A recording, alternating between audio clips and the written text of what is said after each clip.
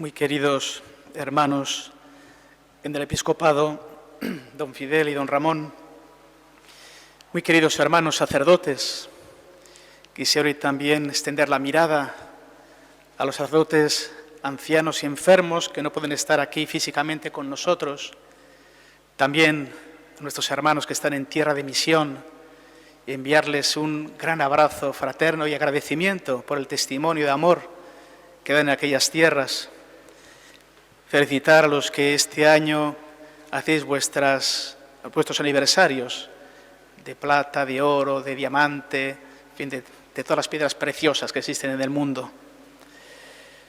Muy queridos padres abades, que hacéis presente a los presbíteros, que los monasterios rezan por nosotros, señor vicario general, queridos vicarios episcopales, cabildo catedral, miembros de la vida consagrada, queridos diáconos, hoy vamos a consagrar el crisma con el que el 26 de junio ungiré vuestras manos, los que vais a acceder al presbiterado.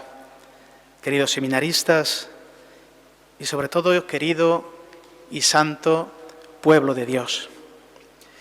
Me gustaría compartir 4 breves reflexiones sobre qué significa para nuestra vida y para nuestra Iglesia la misa crismal.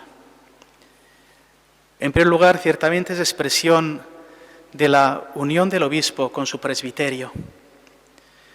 Estos días decía al Señor que me gustaría que imprimiera en mi corazón los mismos sentimientos que Él tuvo cuando a los pies de Pedro y los demás apóstoles les lavó los pies. Y yo quisiera que esta fuera siempre mi actitud con vosotros. Sé que soy frágil, que tengo mis defectos y mis pecados, pero ciertamente me gustaría que esta fuera siempre la actitud. Que veáis al obispo como un hermano mayor, aunque algunos casi me podéis, al menos en la mitad, superar de edad, pero como alguien que ha venido a cuidaros, a animaros, a sosteneros, aunque, como digo, debido a mi fragilidad, quizá no siempre lo pueda conseguir. Nuestra comunión no se basa en el afecto, en que nos caigamos mejor o peor, en que tengamos más o menos las mismas sensibilidades o distintas sensibilidades. Siempre pensamos, ¿no? Pues el obispo que viene, a ver, ¿de qué cofradía será? ¿Por dónde respirará? Nuestro ministerio tiene una raíz absolutamente sacramental. Me recordaban las palabras del prólogo de San Juan: estos no han nacido de amor humano ni de amor carnal, han nacido de Dios. Nuestra fraternidad no nacen de los afectos humanos, nacen de Dios. Nacen de la fraternidad sacramental en el mismo sacramento del orden. Mucho más fuerte que el propio amor carnal, mucho más fuerte que la propia carne. De ahí nace nuestra hermosísima fraternidad y la tenemos que cuidar. Además, nuestra comunión nace de una común llamada. El Señor cada día nos vuelve a llamar, no ha revocado su llamada. Y eso es lo que sostiene nuestro ministerio. Cada día, Señor, escucho tu voz. A pesar de las dificultades, a pesar de que quizás predico en el desierto, a pesar de que parece que puedo nadar contracorriente, y efectivamente el Evangelio es contracultural, no nos asustemos que sea contracultural, y unidos en una común misión. El Señor nos manda juntos, jamás mandó a los apóstoles por separado, iban o de 2 en 2, o los 12 juntos, o sus 3 preferidos, o los 72, siempre en comunión. Y precisamente es el Espíritu Santo el artífice de esta comunión. Y a eso quisiera dedicar el segundo punto. Misa crismal de crisma, el ungido. Curiosamente, os he de decir que cuando llegaba este tiempo siempre meditaba en mi pobre oración, vemos a Cristo el Señor, y a veces pregunto, ¿y dónde está el Padre en la pasión? ¿Y dónde está el Espíritu Santo en la pasión, con el ungido? Y me respondía que al menos en 3 momentos despunta el Espíritu Santo en la pasión. El primero lo leíamos en un evangelio el lunes pasado, el lunes santo, la unción de Betania, que a veces nos pasa desapercibida. Pero bien sabéis que el Señor 3 veces al menos anunció a los apóstoles la pasión, empezando por Cesarea de Filipo, ahí arriba, después del monte Tabor y después cuando sube a Jerusalén. Y bien sabemos que los días previos a la pasión ya el Señor no podía acercarse a Jerusalén porque ya querían matarle, habían decidido eliminarle. Y es conmovedor ver a Jesús escondiéndose, marchándose de nuevo hacia el Jordán. No podía verse. Y vemos que ya se acerca de modo definitivo a Jerusalén después de la entrada triunfal, se acerca por Betania. Y nos decía el Evangelio de San Juan, 6 días antes de la Pascua, en casa de Marta, María y Lázaro, María le unge. Los evangelios no se ponen de acuerdo. La unción en Lucas aparece mucho antes, pero los demás evangelistas lo sitúan ciertamente poquito antes de la pasión, pero tampoco se ponen de acuerdo quién fue quien ungió. San Juan dice que fue María, Marcos dice que fue una mujer anónima, Mateo que fue una pecadora. Y además tampoco aparece claro dónde fue la unción. Juan dice que fue en los pies, los sinópticos dicen que fue en la cabeza, pero ciertamente aparece una unción. Así como Jesús fue bautizado por Juan en el Jordán, Jesús es ungido por una mujer, quizá imagen de la Iglesia, la carne de Jesús ungida. Y vemos, San Juan lo dice, cómo protestan los apóstoles, sobre todo Judas. Oye, 300 denarios ha costado este ungüento, podría haberse dado a los pobres, luego diré lo de los pobres al final, como cuarto punto. Pero Jesús dice, déjala porque me está ungiendo para mi sepultura. Curiosamente es el nexo entre la unción sacerdotal, profética y real del Antiguo Testamento con la pasión del Señor.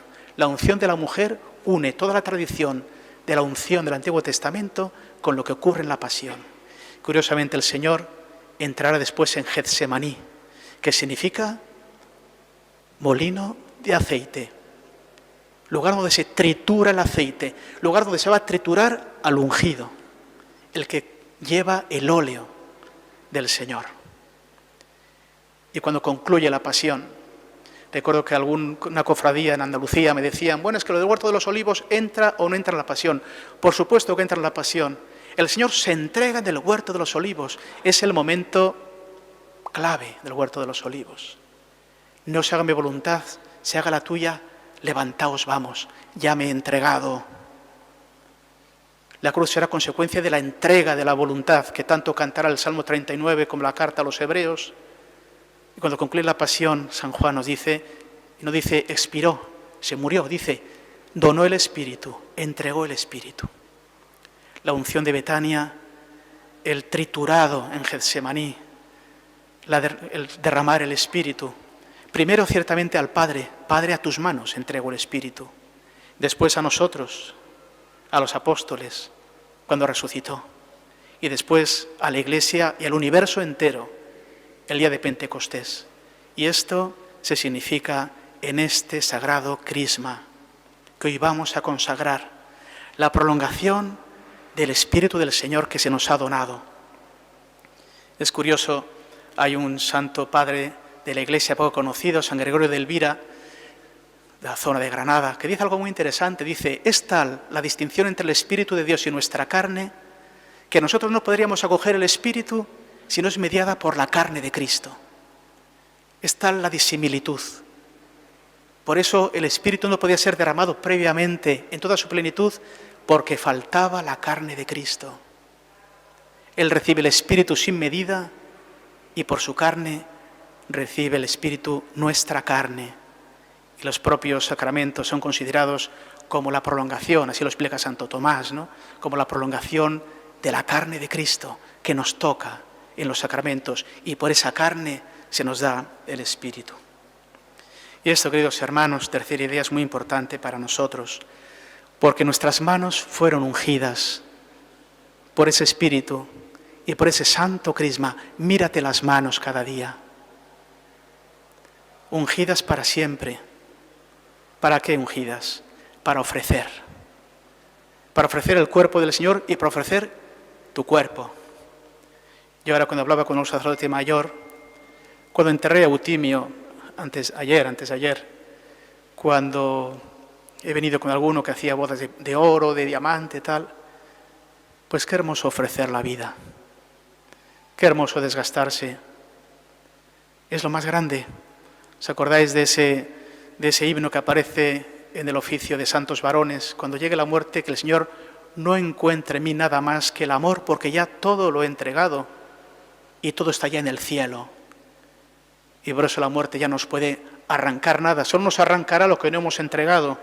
Manos para ofrecer el cuerpo y la sangre, manos para perdonar, solo Dios puede perdonar, manos para sanar, para acariciar a los enfermos, para abrazar a los ancianos, manos para bendecir los matrimonios, bendecir las familias, bendecir el trabajo, bendecir el campo, manos para acoger y acompañar al que viene de fuera, al refugiado, al que está triste. Pero qué cosa más hermosa que las manos consagradas, ungidas por el Señor. Recuerdo que los pianistas suelen asegurarse las manos, ¿no? Porque como pasa algo en las manos, ya luego no pueden ganarse el pan. Pues nuestras manos valen más que las que el mejor pianista del mundo, porque llevan el ungüento del Señor, porque llevan su salvación, su esperanza y su gozo. Y la última palabra, Jesús, cuando Judas se queja en aquella unción de Betania de por qué ese dinero, el Señor dice algo que de entrada puede chocar. Dice, es que los pobres los tendréis siempre con vosotros. Los pobres los tendréis siempre con vosotros, porque mi ministerio es para los pobres. Empezando por nosotros, que somos los pobres, pobres de amor, pobres de misericordia, pobres de vida, pobres de caridad, pobres de perdón, ricos en autobombo, ricos en orgullo, ricos en autosuficiencia, los pobres. Y el Espíritu siempre es capaz de recrear a su Iglesia para que sirva a sus pobres. Recuerdo que San Juan de Ávila le decía a San Juan de Dios, cuando se encontraban a mitad de camino, le decía, Juan, los pobres no son tuyos, son de Dios. Los enfermos no son tuyos, son de Dios, para que tú los cuides en mi nombre. Como la parábola del buen samaritano, cuando yo vuelva, te lo pagaré todo, porque son míos. Decía el Papa Benedicto XVI que la traducción que se hace a los idiomas de la frase de Isaías, luego dicha por Jesús en la sinagoga de Nazaret, Spiritus Domini super me, le hemos añadido el verbo, pero es que el original no tiene verbo.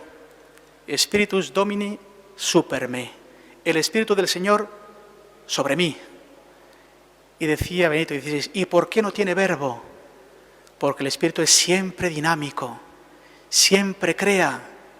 Cuando le ponemos el está, lo estamos petrificando, lo estamos estatizando, lo estamos momificando. El Espíritu siempre crea. Y es el Espíritu que nuestra Iglesia necesita en asamblea diocesana. Aunque estemos cansados, que el Espíritu nos dé fortaleza, que recree nuestro corazón, que recree nuestra pastoral en este año jubilar, que nos recree por dentro, que nunca perdamos la inmensa ilusión de que nos ha tocado el don más grande del mundo cuando el Señor nos ha llamado a ser sus sacerdotes, como diremos en el prefacio, con amor de hermano, con ternura de hermano, con servicio de hermano. Y ojalá este servicio lo podamos cumplir entre nosotros, unos a otros, lavándonos nosotros los pies, yo el primero a vosotros. Y ojalá que todos podamos servir a esta humanidad, a estos enfermos, a este tiempo de COVID, con esta ternura del Señor, con este don de fortaleza, de vida, de esperanza que nos dona el Espíritu Santo. Yo quiero hoy agradeceros de corazón vuestra entrega, vuestro servicio. Dios lo conoce muy bien y me gustaría, como siempre, poder animaros, sosteneros, delante cuando sea necesario, detrás empujando cuando sea necesario y siempre como un hermano en medio de nosotros. Lo pedimos esta mañana por intercesión de la Virgen María que nos preside en este santo año jubilar, que ella nos acompañe y como hijos suyos nos bendiga. Que así sea.